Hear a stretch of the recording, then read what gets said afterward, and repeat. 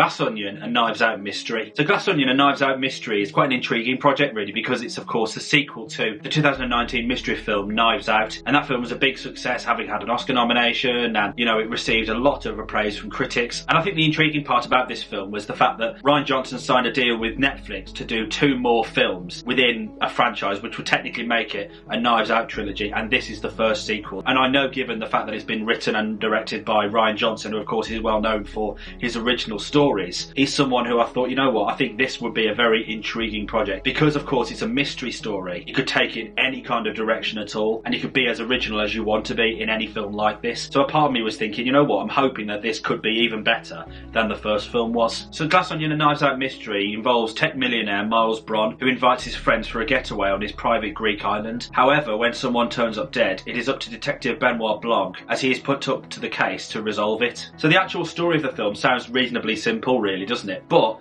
I think because of how this film approaches it, it's very, very original and probably unlike anything we've ever really seen before. I mean, the fact that it's set during the coronavirus pandemic, which of course happened only 3 years ago, made me think that, you know what, it's very fresh and very new to today's audience. So I think that was an intriguing part of the story. And also because the story takes place on an island, which is funny because obviously the whole during the coronavirus pandemic was social distancing, and because it's a very isolated area compared to everywhere else in mainland America in this case, it's a setting almost within its own universe to a certain degree, and you get from the visual tone of the story that it appears quite enlightening, but in my opinion it's actually a lot darker than the first film was. And like a lot of detective stories, it's split into 3 parts. Part 1, in which it is the build-up that creates intrigue. Part 2, with a few unravelling twists and turns in which the plot really thickens. And Part 3 is the eventual revelation and the execution of the whole film. And like I say, this film took a very original approach compared to the first film, and I applaud Rian Johnson for that, because as I said at the very beginning, he's someone who really does know how to use his imagination when it comes to making films. I mean, who calls their film Glass Onion never minds have something in the film that looks like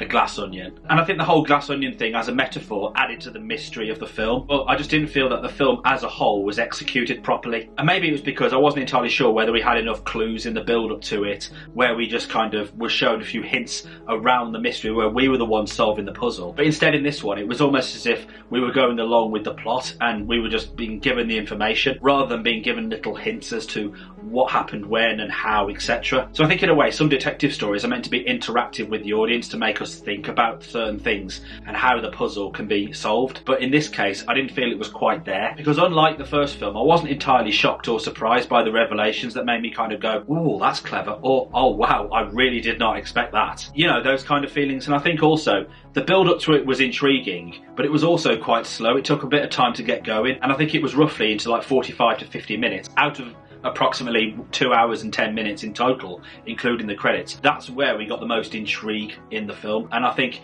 that's where it kind of fell short, because I know we were being reintroduced to Benoit Blanc and the settings, but it just took a long time. But despite that though, and feeling a little bit dissatisfied at the end of the film, I thought the way that it was shot was absolutely breathtaking at times. I thought the split screens at the very beginning were really clever. I really liked the design of the costumes because they really set the tone for the exotic atmosphere. They almost kind of disguised it as a peaceful story when it's actually not going to be that at all. The cinematography was great as well, and also the jaw-dropping editing sequences, particularly those in slow motion, were really, really good too. And that's one thing I've always really liked about Rian Johnson in terms of his filmmaking, because he kind of takes it to a whole new level. He gives us something different compared to every other thing we've seen before within that genre. We know that from Star Wars The Last Jedi, we know that from Looper, we know that from Knives Out, and we do know it from this as well. So I thought the production aspects were absolutely brilliant as expected, and I like the original approach behind it, but I just don't think it really kind of gave us that satisfying feeling in the end. And I also thought the acting generally was very good too. And here we see Daniel Craig return to his role as Detective Benoit Blanc,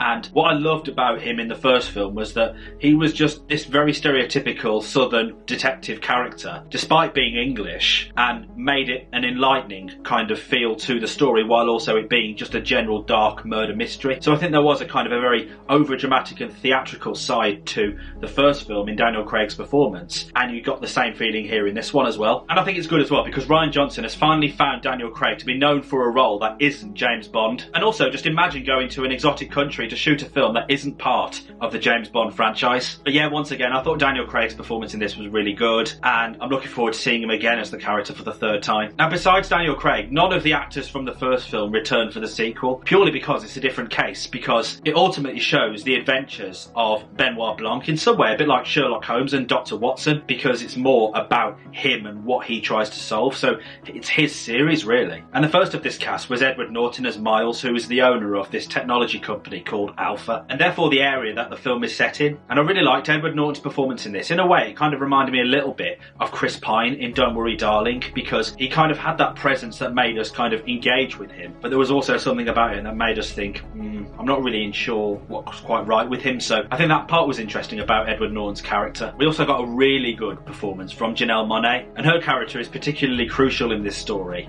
and I think it goes in very different, unique directions in terms of the plot, in terms of the puzzle, and just how it's executed. So in that respect, Monáe's performance was absolutely fantastic, and she is tipped to receive an Oscar nomination for Best Supporting Actress, and I think she deserves one. I also think Kate Hudson and Dave Bautista also deserve a mention, because their performances in this film were really good. So overall, Glass Onion and Knives Out Mystery is a film that isn't quite up there for me in terms of execution and delivery as the first film was. It was let down to a degree because of the slow build-up and the, unsatisfied conclusion and execution of the film. But in terms of the originality and the intended approach, I think it is equally up there, if not even more so. It was entertaining enough for audiences to enjoy, and especially in the middle, that was very intriguing, very much so. And it was really, really good in that sense. But unfortunately, like I said, the finale wasn't quite there in terms of giving us that satisfying feeling of, wow, that was so good, that was, it was so intriguing, oh my gosh, I'm shocked, I'm surprised. It didn't give us that factor that we normally get